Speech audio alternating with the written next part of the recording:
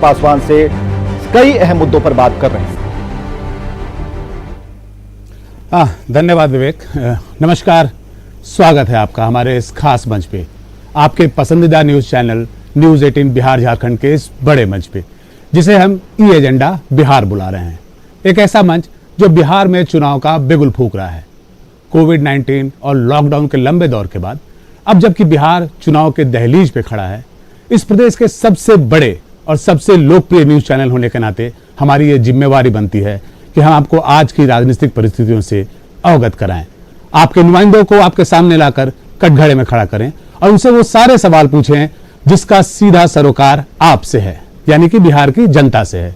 इसी क्रम में हमने ये मंच सजाया है और बिहार की राजनीति से जुड़े हर बड़े चेहरे को आपके सामने लाकर बैठा दिया है। जैसे जैसे हफ्ते बीतेंगे, बिहार में राजनीतिक सरगर्मियां तेज होंगी और हमारा आपसे ये वादा है कि ऐसी कोई भी राजनीतिक हलचल नहीं होगी जो हमारी नजरों से बच सके। पत्रकारों की सबसे बड़ी, सबसे तजुर्बेकार और सबसे उम्दा फौज है हमारे पास। आने वाले हफ्तों में बिहार की राजनीतिक हलचलों का आईना होगा न्यूज 18 बिहार। और इसी क्रम में आज आपने बिहार की राजनीति से जुड़े कई दिग्गजों की बातें सुनी, हमारे बेबाक सवाल सुने। मैं हूं आपका दोस्त प्रभाकर कुमार और अभी मेरे साथ जुड़ रहे हैं लोक जनशक्ति पार्टी के राष्ट्रीय अध्यक्ष और जमुई के सांसद चिराग पासवान, जिन्होंने अपनी पारी की शुरुआत बॉलीवुड यानी कि फिल्म जगत से की और धीरे धीरे अपने कदम राजनीति की ओर बढ़ा दिए, शायद इसलिए कि राजनीति उनके खून में दौड़ता था। रामविलास पासवान के बेटे होने के नाते उन पर लगातार ये आरोप भी लगता रहा कि वे बिहार में वंशवाद के प्रतीक हैं। आज कुछ सालों की राजनीतिक पारी खेलने के बाद अब उनकी पहचान धीरे धीरे एक सफल राजनेता के तौर पर होती जा रही है। चिराग हमारे साथ सीधे दिल्ली से जुड़ रहे हैं। स्वागत है आपका चिराग इस शो में। बहुत बहुत धन्यवाद ई एजेंडा बिहार में हमसे सीधे बात करने के लिए। चिराग, पहला सवाल आपसे, आप लगातार जिस तरह के आपके बयान आते रहे हैं चिराग, आपको लगता है कि बिहार में विकास की कमी है? चिराग को लगता है कि बिहार में जैसा विकास होना चाहिए था वैसा नहीं हुआ? देखिए, हकीकत है कि चीजें और बहुत बेहतर हो सकती हैं और चीजों को और बहुत बेहतर करने की आवश्यकता है। मैंने कभी नहीं नकारा कि बिहार में विकास नहीं हुआ। पिछले 15 साल में निरंतर इस बात को मैं कहता रहा हूं कि कहीं ना कहीं हमारे आज के मुख्यमंत्री आदरणीय नीतीश कुमार जी विकल्प बनकर आए थे जंगल राज का, और उन्होंने शुरू के कुछ सालों में ईमानदारी से वो बदलाव प्रदेश को दिए भी। पर आज की तारीख में, और ये सवाल मैं नहीं कह रहा हूं, मैं जब बिहार फर्स्ट बिहारी फर्स्ट यात्रा पर जब मैं निकला तो मुझे जनता के माध्यम से ही तमाम हर वो समस्या जो मेरे संज्ञान में आई, मैं क्योंकि सरकार में गठबंधन में हूं, सहयोगी होने के नाते मैंने तमाम उन सुझावों को सरकार के समक्ष रखा। हकीकत है कि बिहार में आज भी बहुत से कार्य करने बाकी हैं और उन कार्यों की सूची मैं जनता के बीच जाकर उन्हीं से ही मैंने इकट्ठी की है। भले वो अपराध से जुड़े हों, भले वो इंफ्रास्ट्रक्चर से जुड़े हों, भले वो रोजगार से जुड़े हों, पलायन।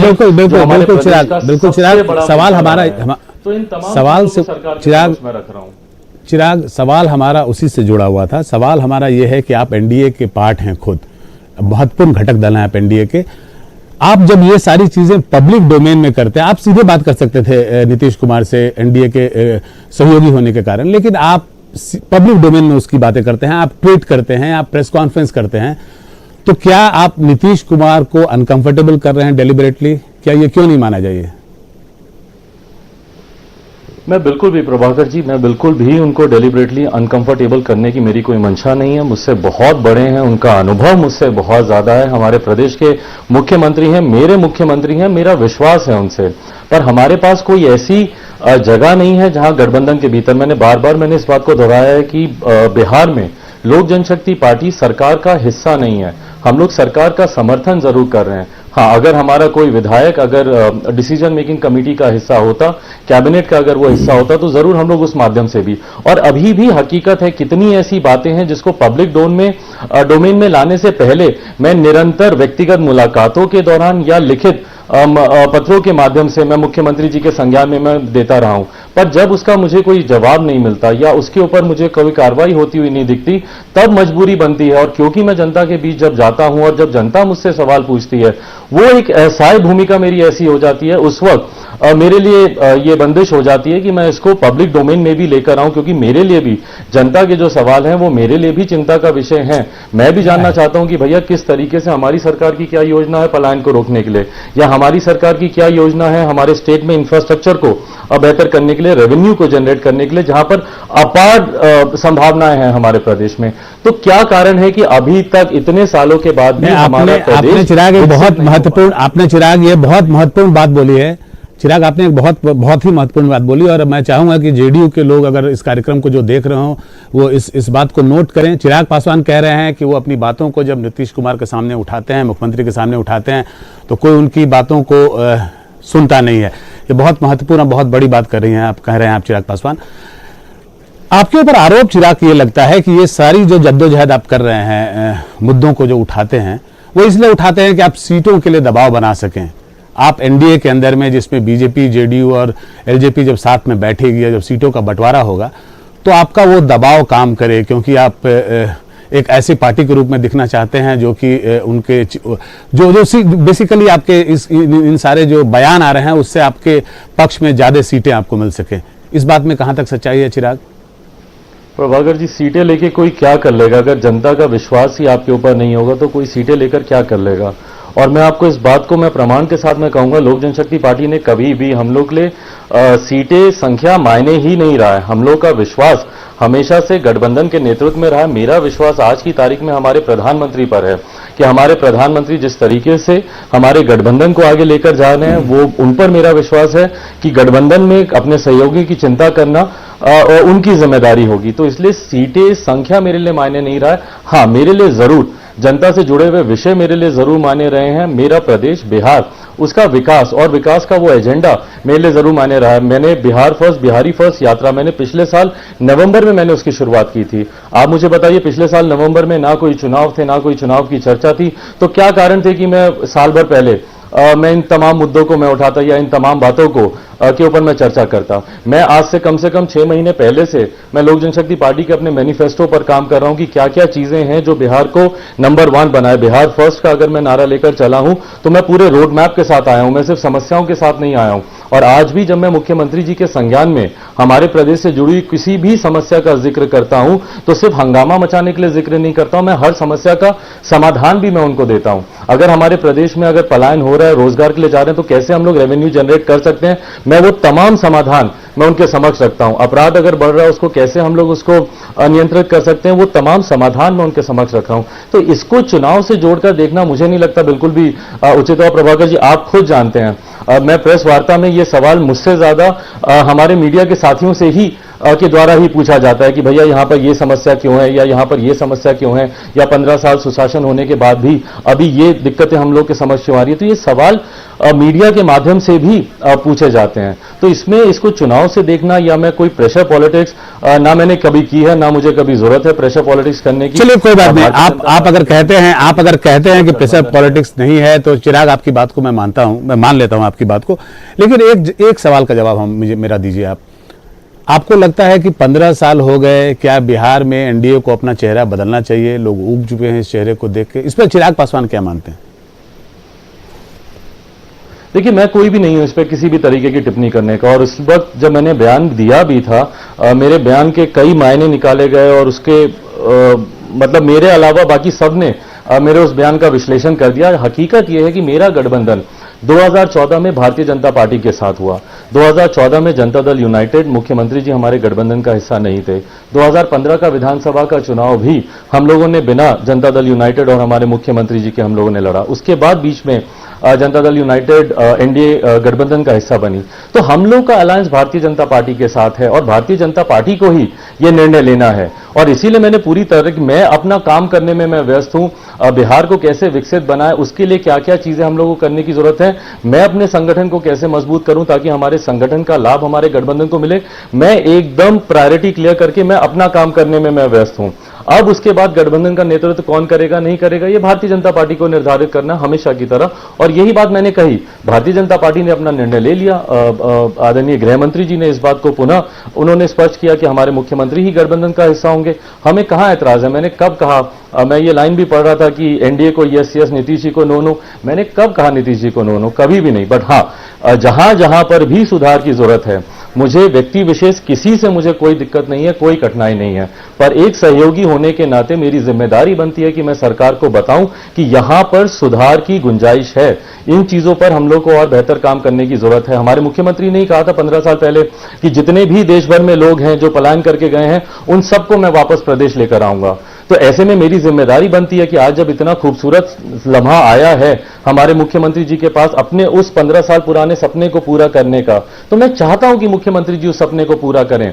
आज जब हमारे तमाम प्रवासी मजदूर वापस आ गए हैं तो अब वो बिहार छोड़कर नहीं जाएं, इस दिशा में हम लोग को काम करने की जरूरत है। और वो कैसे करेंगे, ये सुझाव मैं मुख्यमंत्री जी के समक्ष रखता आया हूं, भविष्य में भी मैं रखता रहूंगा उनके सामने। नहीं, मैं आपको दाद देता हूं चिराग, आप बड़ी खूबसूरती के साथ वो सारे मुद्दे उठाते हैं जिसमें सरकार असहज हो जाती है, और ये करके आपने जेडीयू को नाराज कर दिया है। जेडीयू के लोग बार बार बोलते हैं कि आप हमारे सीटों की जहां तक बात आएगी तो आपको बीजेपी के कोटे से सीट मिलेगी। चिराग, क्या आपके दिमाग में कोई एक फिगर है, क्योंकि अब हम चुनाव के दहलीज पे खड़े हैं बिहार में खासकर, कोई एक फिगर है लोजपा को उनकी राजनीतिक हैसियत के हिसाब से आपकी पार्टी को कितनी सीटें मिलनी चाहिए? प्रभाकर जी, मुझे लगता है आज की तारीख में और बहुत बड़ी समस्याएं हैं जो हम लोग की प्राथमिकता होनी चाहिए। हम लोग को इस बात को भी ध्यान रखना चाहिए कि कोरोना महामारी समाप्त नहीं हुई है, हम लोग का ध्यान उस दिशा में भी होना चाहिए। हम लोग एक ऐसे मौसम की कगार पर हम लोग खड़े हैं जिससे कि हर साल हमारा प्रदेश बाढ़ से प्रभावित रहा है। ये एक ऐसी आपदा है जो कि पिछले 15 साल से खुद हमारे मुख्यमंत्री जी इसको देख रहे हैं। ये एकदम बाउंड्री पे खड़ी हुई है। आने वाले समय में जब बिहार पानी में डूबेगा, और उसके बाद सबसे बड़ी बदकिस्मती हमारे प्रदेश की ये रही है कि एक तरफ आधा हिस्सा बाढ़ से प्रभावित रहता है, आधा सुखाड़ से प्रभावित रहता है। 15 साल से हम लोग इस समस्या को भी देखते आ रहे हैं। इसका एक परमानेंट सोल्यूशन, मुझे लगता है ये वो विषय होने चाहिए जिस पर हम लोग को बात करने की जरूरत है। जहां तक रही बात संख्या की, वो गठबंधन के भीतर की बात है। मुझे लगता है मैं गठबंधन धर्म को मैं तोड़ूंगा अगर मैं कोई भी संख्या का जिक्र पब्लिक डोमेन में पहले करूं और गठबंधन के भीतर बाद में करूं। मुझे लगता है गठबंधन में जब इसको लेकर बातचीत होगी तो वहां पर भी मैं अपने पक्ष को उतनी ही मजबूती से रखूंगा जितनी मजबूती से आज की तारीख में मैं सरकार के सामने वर्तमान समस्याओं को रख रहा हूं। जी चिराग, जो जेडीयू के लोग हैं वो बोलते हैं कि चिराग पासवान बयान ये इसलिए देते हैं क्योंकि एनडीए में उन्हें उतनी उनको अहमियत नहीं मिली है जितनी उनके पिता को मिलती थी, और चिराग पासवान की नज़र कहीं ना कहीं बिहार के मुख्यमंत्री के कुर्सी पे भी है, आज न सही, आज से 5 साल के बाद सही। और क्योंकि आपके पिताजी को जितनी अहमियत मिलती थी बिहार में एनडीए में नेता के तौर पे, चिराग पासवान को उतनी अहमियत नहीं मिल रही है, इसलिए आप जगह बनाने की कोशिश कर रहे हैं अपनी, ये आरोप लगाते हैं लोग आपके ऊपर। देखिए, बिल्कुल भी नहीं। और मुझे खुशी है कि अगर जनता दल यूनाइटेड के नेता मेरे बारे में इतनी चिंता करते हैं, मेरे लिए इससे बड़े सौभाग्य की बात और क्या हो सकती है कि जब गठबंधन के दूसरे साथी मेरे लिए चिंता कर रहे हैं कि मुझे कितनी अहमियत मिल रही है, कितनी नहीं मिल रही है। यकीनन मैं युवा हूं, मेरा अनुभव कम है, पिताजी से मेरी तुलना दूर दूर तक नहीं की जा सकती। उनका 51 साल का सक्रिय राजनीति का अनुभव रहा है। अगर उनकी सोच भी अगर इस तरफ आती है जहां वो मेरी तुलना उनकी कार्यशैली से करते हैं, तो मेरे लिए इससे बड़े सम्मान की और बात कोई नहीं हो सकती। मैं धन्यवाद देता हूं तमाम जनता दल यूनाइटेड के नेताओं का जो मेरे बारे में इतनी चिंता कर रहे हैं। एक बड़ा और संगीन आरोप आपके ऊपर लगता है कि आपने अभी हाल में जो अनाज की बात हुई थी, जिसके ऊपर में आपने बोला था कि साढ़े 14 लाख के आसपास नाम आपने मांगे थे, जबकि बिहार सरकार आपको 30 लाख लोगों को अनाज चाहिए, उनके नाम देने की बात कर रही थी। लोग कहते हैं कि राजनीति के नाम पे आपने इस पूरे मुद्दे को फंसा के रख दिया और इस पूरे जो लोगों को अनाज मिलता है उसको में आपने रोड़ा अटका दिया पूरे मामले में। नहीं, बिल्कुल भी नहीं। मुझे नहीं लगता कि अगर कोई मैं जनता से जुड़े हुए विषय को उठाऊं और एक ऐसी है टेक्निकल, मैं प्रभाकर जी अगर 1 मिनट का आप समय देंगे मैं आपको विस्तार में पूरा प्रकरण में समझा भी दूंगा। निरंतर एक लंबे समय से मांग की जा रही थी, खाद्य सुरक्षा कानून के तहत जितने लाभार्थियों को बिहार में इस योजना का लाभ मिलना चाहिए था, पिछले 5 साल से एक लंबा समय बीत गया है कि अभी भी लगभग 14,40,000 के करीब लाभार्थी इस योजना से नहीं जुड़े थे। और निरंतर क्योंकि ये विभाग प्रधानमंत्री जी द्वारा हमारे पार्टी के नेता आदरणीय रामविलास पासवान जी को दिया गया, इसलिए जानकारी मेरे पास ज्यादा क्लियर रूप से है।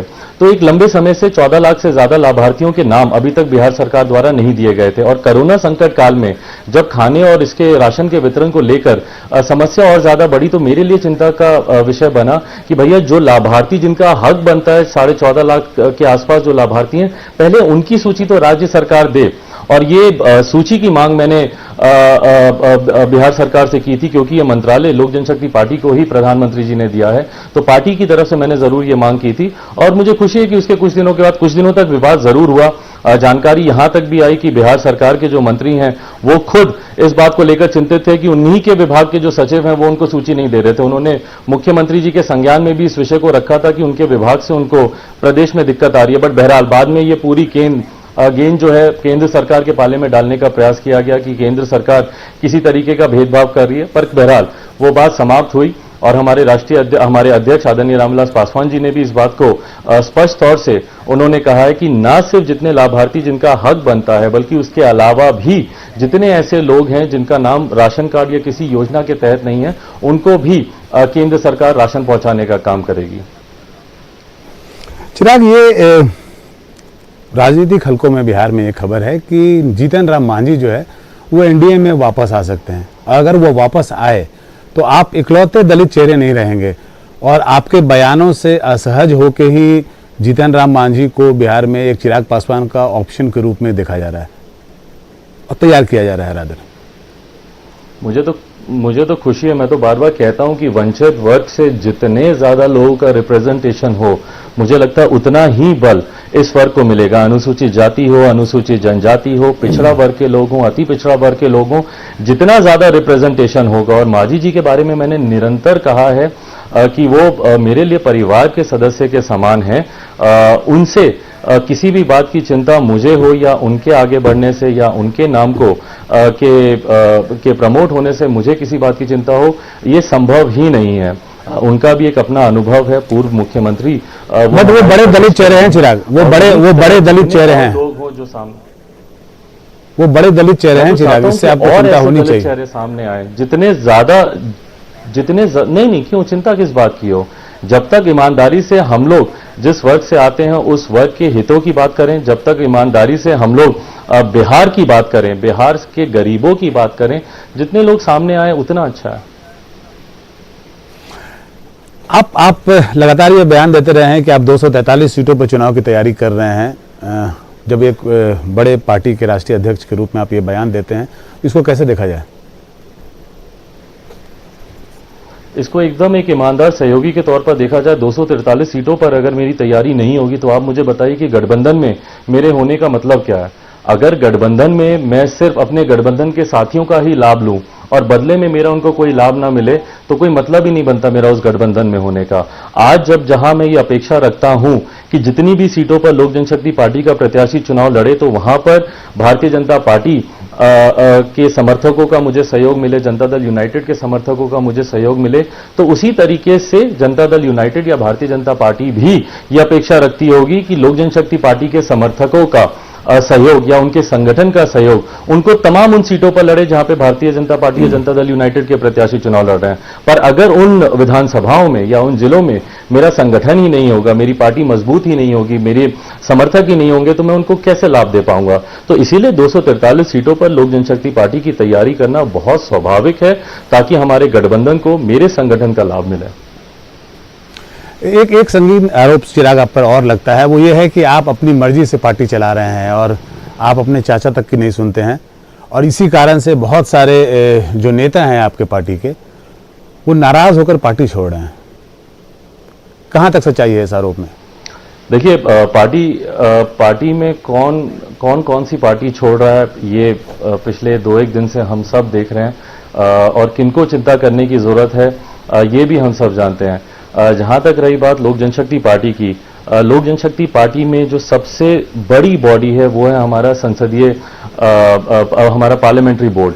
हमारा पार्लियामेंट्री बोर्ड ही हर डिसीजन लेता है, तो इसमें चिराग पासवान की भूमिका महज लोक जनशक्ति पार्टी के राष्ट्रीय अध्यक्ष होने के नाते जो डिसीजन पार्लियामेंट्री बोर्ड ने लिया है उसको अपनी सहमति देने की रहती है।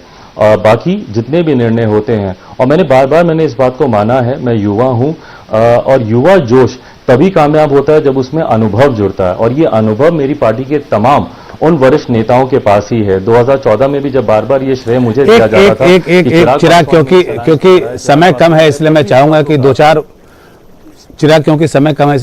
दो चार ऐसे और मुद्दे हैं जिस पर बात कर लूं। चर्चा है बिहार में राजनीतिक हलकों में कि आप प्रशांत किशोर के टच में हैं, और जब से आप उनके टच में आए हैं तभी से आपने नीतीश कुमार के ऊपर सवाल उठाने शुरू कर दिए हैं, और प्रशांत किशोर कहीं ना कहीं ये भी कोशिश कर रहे हैं कि आपको कांग्रेस के करीब लाएं। ये केवल महज एक अफवाह है कि इसमें कहीं कोई सच्चाई है, कोई दम है? प्रशांत जी से मेरा परिचय तब हुआ जब वो जनता दल यूनाइटेड के राष्ट्रीय उपाध्यक्ष थे। मेरे सहयोगी दल के माध्यम से ही मेरी प्रशांत जी के साथ मेरी मुलाकात हुई, और मेरी उनसे जान पहचान आज की नहीं है, अब ये सालों पुरानी हो गई है। और कहीं ना कहीं वो भी बिहार के विकास की वो बात करते रहे, और मैं भी बिहार के विकास की बात करता रहा हूं, जात पात धर्म मजहब से उठकर। तो कहीं ना कहीं वो सिमिलैरिटी लोग ढूंढने का प्रयास करते हैं, पर इसके पीछे अगर आप पूछें कि कोई ऐसी हकीकत है कि उनके साथ मिलकर मैं कोई रणनीति बना रहा हूं, या वो मुझे किसी एक ऑल्टरनेटिव अलायंस। बिहार में क्योंकि एक थर्ड फ्रंट की भी चर्चा बहुत जोरों से है, जिसपे कभी कभी आपका भी नाम आता है, तो क्योंकि आप सामने बैठे हैं तो मैं चाहूंगा कि इन सारी चीजों पे भी आपसे सफाई ले लीजिए।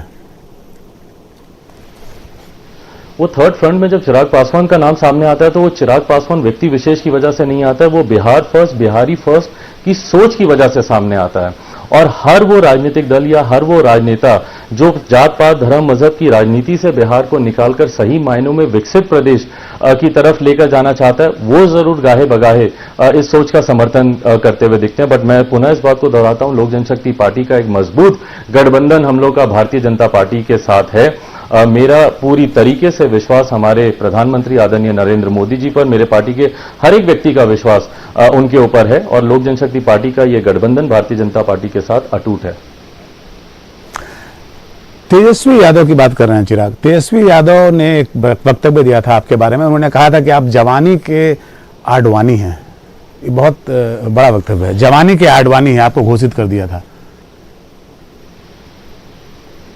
तो मेरे लिए जवानी में तारीफ क्या हो सकती है? मतलब जवानी में आप जानते हैं कि जवानी के दौर में अडवाणी जी कैसे थे, उनका जो वो एक आक्रामक तेवर था, या जिस तरीके से उनकी कार्यशैली थी, और किस तरीके से वो पार्टी को महज 2 सदस्यों की पार्टी से इतनी बड़ी राष्ट्रीय पार्टी बनाने में वो कामयाब रहे। तो अडवाणी जी के जवानी के दौर का उनका तेवर, अगर मेरे छोटे भाई मेरी तुलना कर रहे हैं तो उसके लिए मैं उनको थैंक यू बोलूंगा। चलिए चिराग, क्योंकि हम कार्यक्रम के अंत की ओर बढ़ रहे हैं, एक सवाल आपसे और।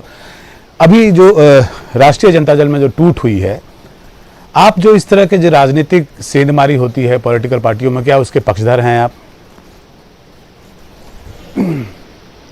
देखिए, कोई पक्षधर हो नहीं हो, पर संविधान इस बात की इजाजत देता है, अगर किसी के पास 2/3 बहुमत है, दल बदल कानून है ये, और अगर 2/3 अगर आपके पास सदस्य हैं तो आप उनके साथ किसी भी दल में जिसमें आपका विश्वास है आप जा सकते हैं। तो ये हमेशा से ये होता रहा है, किसी को आप बांध कर अपने साथ नहीं रख सकते। चलिए और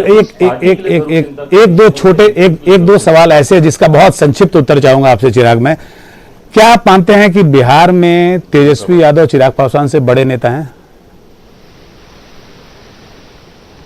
देखिए, पैरामीटर ही मुझे नहीं पता कि इसकी तुलना बड़े छोटे की कैसे की जाए। उम्र की अगर आप बात करें तो उम्र में वो मुझसे छोटे हैं। चलिए, अंतिम सवाल चिराग आपसे कि क्या भविष्य में चिराग कभी सोचते हैं कि बिहार के मुख्यमंत्री बनेंगे? क्यों नहीं कोई सोचेगा इस बात को। अगर मैं बिहार के विकास की बात करता हूं तो मैं बिहार से दूर रहकर बिहार का विकास करना संभव नहीं होगा। मुझे या पार्टी को उस पोजीशन में जरूर रहना पड़ेगा बिहार के विकास के लिए। चलिए, बिल्कुल। तो चिराग कह रहे हैं कि अगर बिहार के मुख्यमंत्री के सपने की बात करें तो उसमें उन्हें कोई परहेज नहीं है। चिराग पासवान, इस खास कार्यक्रम में हमसे जुड़ने के लिए बहुत बहुत धन्यवाद। Back to studio.